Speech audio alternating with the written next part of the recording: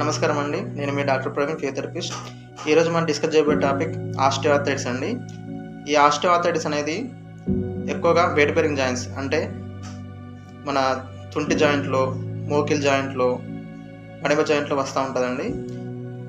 కానీ చాలా వరకు పేషెంట్స్ సఫర్ అయ్యేది మోకాల్ జాయింట్లో అండి.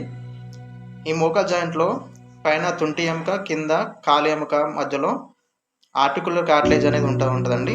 ఫర్ ఎగ్జాంపుల్, ఇది తుంటి ఎముక అనుకోండి, ఇది కాల్ ఎముక అనుకోండి. ఈ రెండు ఎముకల మధ్యలో ఆర్టికులర్ కార్టిలేజ్ అనేది ఉంటుందండి. ఈ రెండింటి మధ్యలో ఉండే ఆర్టికులర్ కార్టిలేజ్ అనేది డ్యామేజ్ అవడం వల్ల ఈ రెండింటి మధ్యలో గ్యాప్ తగ్గి ఈ డైరెక్ట్ కింది జాయింట్, పైన జాయింట్ రెండు ర్యాపిడ్కి గురవుతాయండి. ర్యాపిడ్కి గురవడం వల్ల నొప్పి వస్తూ ఉంటుంది. ఈ ఆస్టియోఆర్థరైటిస్లో మళ్ళీ మనకు 3 స్టేజ్లు ఉంటాయండి. దానిలో మైల్డ్, మాడరేట్, సివియర్ అని ఉంటుందండి. దానిలో ఫస్ట్ 2 స్టేజెస్ వరకు మనం ఫిజియోథెరపీ అండ్ సమ్ ఇంజెక్షన్స్ ఉంటాయండి. వాటితో మనం థర్డ్ స్టేజ్కి వెళ్ళకుండా ఆపచ్చండి. కానీ థర్డ్ స్టేజ్కి వచ్చిందంటే మాత్రం కంపల్సరీగా టోటల్ నీ రీప్లేస్మెంట్ చేసుకోవాలండి.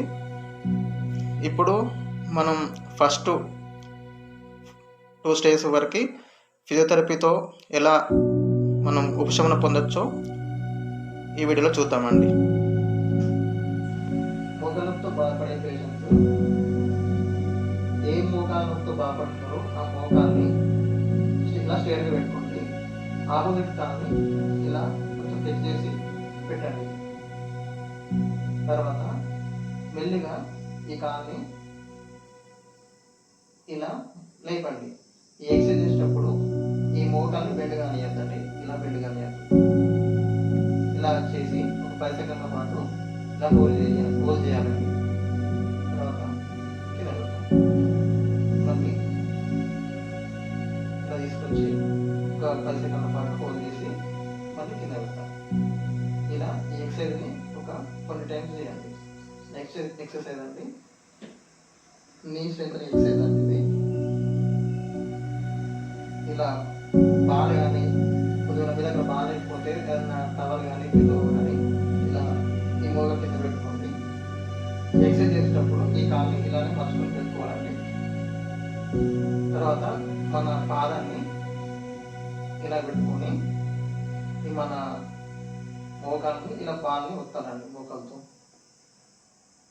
ఇలా ఒక 10 సెకండ్ల పాటు ఇట్లా ప్రెస్ చేసి మళ్ళీ వదిలేయాలి. మళ్ళీ ప్రెస్ చేసి ఒక 10 సెకండ్ల పాటు ఉంచి తర్వాత మళ్ళీ వదిలేయాలి. ఈ ఎక్సర్సైజ్ని 20 టైమ్స్ చేయాలి. నెక్స్ట్ ఎక్సర్సైజ్ అండి బియ్యం స్ట్రెంథనింగ్ అండి. ఈ ఎక్సర్సైజ్ అండి సేమ్ మీ దగ్గర బాగాలేకపోతే సేమ్ అలానే యాజ్ ఇట్ ఈస్గా పిల్లో కానీ టవల్ రోల్ కానీ చేసుకొని ఇలా 2 మోకాళ్ళ మధ్యలో పెట్టి నొక్కాలండి. ఇలా ఒక 10 సెకండ్ల పాటు ఉంచాలండి. తర్వాత వదిలేయాలి. ఇలా మళ్ళీ ప్రెస్ చేసి మళ్ళీ వదిలేయాలి. ఈ ఎక్సర్సైజ్ కూడా ఒక 20 టైమ్స్ రిపీట్ చేయండి. నెక్స్ట్ ఎక్సర్సైజ్ అండి ఇలా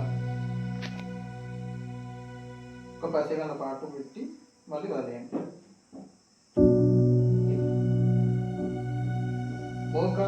మోక నొప్పి ఉన్న కాల్ని ఇలా లేపాలండి.